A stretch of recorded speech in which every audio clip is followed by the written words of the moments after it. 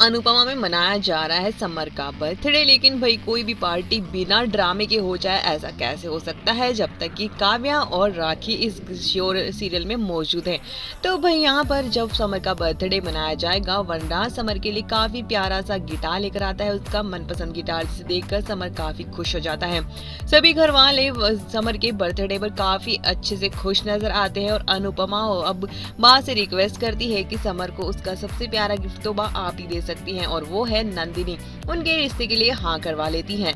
तो वही समर को बहुत ही प्यारे प्यारे तोहफे मिल चुके हैं। इसी बीच काव्या भी ऐसी अपना एक मौका ढूंढती है ताकि घर वालों को भी अवेयर करवा सके कि वो भी अपने बच्चे की प्लानिंग कर रही हैं। तो वो वनराज को सभी घर वालों के सामने कहती है कि हम भी हमारे बच्चे का बर्थडे बहुत ही शानदार तरीके से मनाएंगे।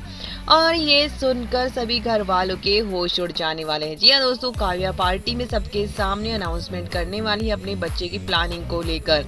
ये सुनकर समर की बर्थडे पार्टी में ही हंगामा शुरू हो जाता है और वनराज से बा कहती हैं कि कुछ तो शर्म कर लो, तुम्हें इतने बड़े बड़े बच्चे के बाप हो, क्या तुम्हें अभी भी जब तुम्हारे पोते पोतियों की उम्र है तो तुम अब बच्चे की प्लानिंग कर रहे हो। वनराज, तुम्हें शादी तो तुम्हारी हमने बर्दाश्त कर ली, लेकिन ये सब कुछ बर्दाश्त नहीं करेंगे।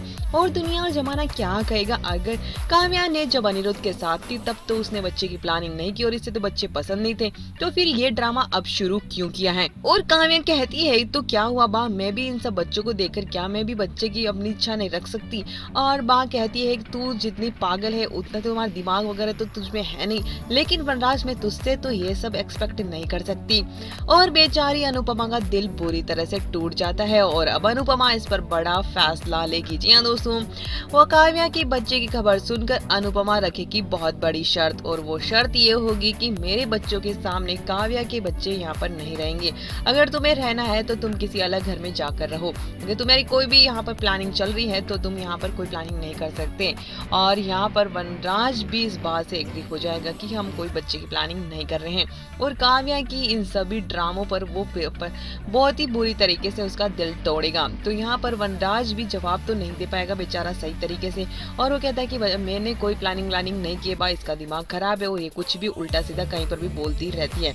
और काव्या कहती है कि इसमें उल्टा सीधा कुछ नहीं हुई, मैं सोच रही हूँ। तो अनुपमा कह रही है अगर ऐसा ही कुछ सोचना है तो आप किसी अलग जगह जाकर रहें, इस घर में ऐसा नहीं होगा। तो अब देखना ये कि शर्त के बाद में कैसे काव्या के होश उड़ते हैं।